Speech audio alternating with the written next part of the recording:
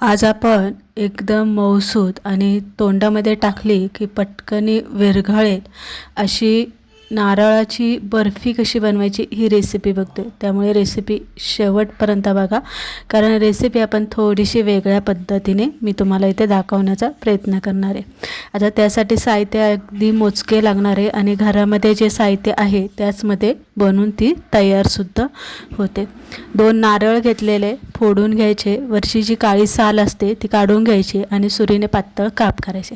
अर्धी वाटी दूध आणि अर्धी वाटी दुधावरची जी साय असते ती घ्यायची आहे. साखर आपल्याला लागणार आहे आणि विलायची लागणार आहे इथे. याच्यापेक्षा आपल्याला दुसरं इथे काहीही लागणार नाही आहे. मिक्सरचं भांडं घ्या, त्यामध्ये विलायची घेतलेल्या 3 अशा फोडून यामध्ये घाला.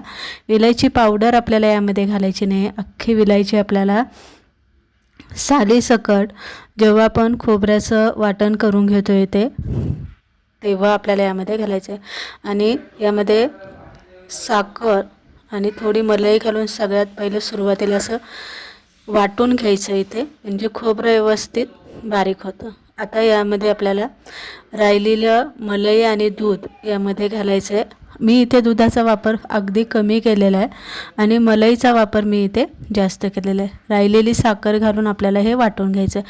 पाण्याचा इथे अजिबात वापर करायचा नाही, एवढं लक्षात ठेवायचं. इथे बघू शकता एकदम आपण मसाला वाटतो ना बारीक, त्या पद्धतीने आपल्याला हे एकदम बारीक वाटून घ्यायचं आहे. अगदी खाताना ना जरी कोणी खाल्लं ना तरीही ती नारळाची बर्फी बनवली असं कोणाला वाटणार नाही.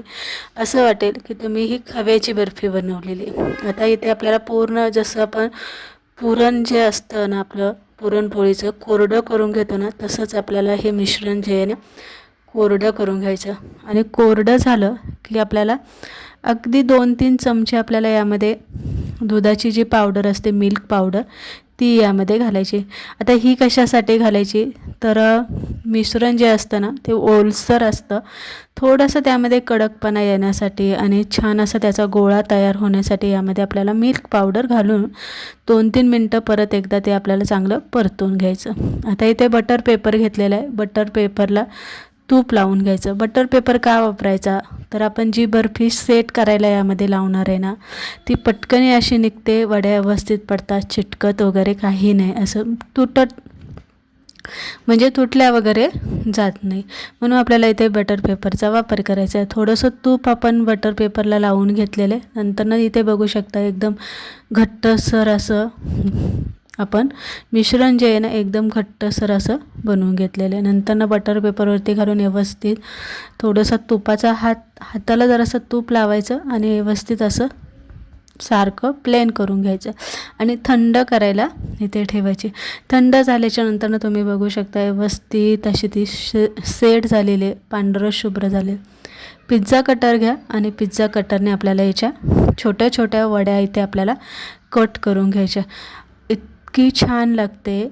आपण जर स्वीटच्या दुकानात गेलो तर ती महाग असते, आपण ती घरी बनवू शकतो. बनवायला फक्त किती 2-3 साहित्य लागतात, पण इतकी अप्रतिम होते, मऊसूद होते आणि खायला इतकी चविष्ट लागते ना. एकदा तुम्ही बनवून पाहिली ना, नेहमी तुम्ही याच पद्धतीने ही नारळाची बर्फी किंवा नारळाची वडी म्हटलं तरी चालेल तुम्ही इथे बनवू शकता. छोट्या छोट्या चौकोनी आकारामध्ये मी याचं पीस जे आहे ना ते कट करून घेतलेलं आहे. आता तुम्हाला ट्रायंगलच्या शेपमध्ये पाहिजे नसेल तर तुम्ही तसंही कट करू शकता. फ्रीजमध्ये ना ही 10-15 दिवस सहज टिकते. फ्रीजमध्ये ठेवा, काही होत नाही तिला.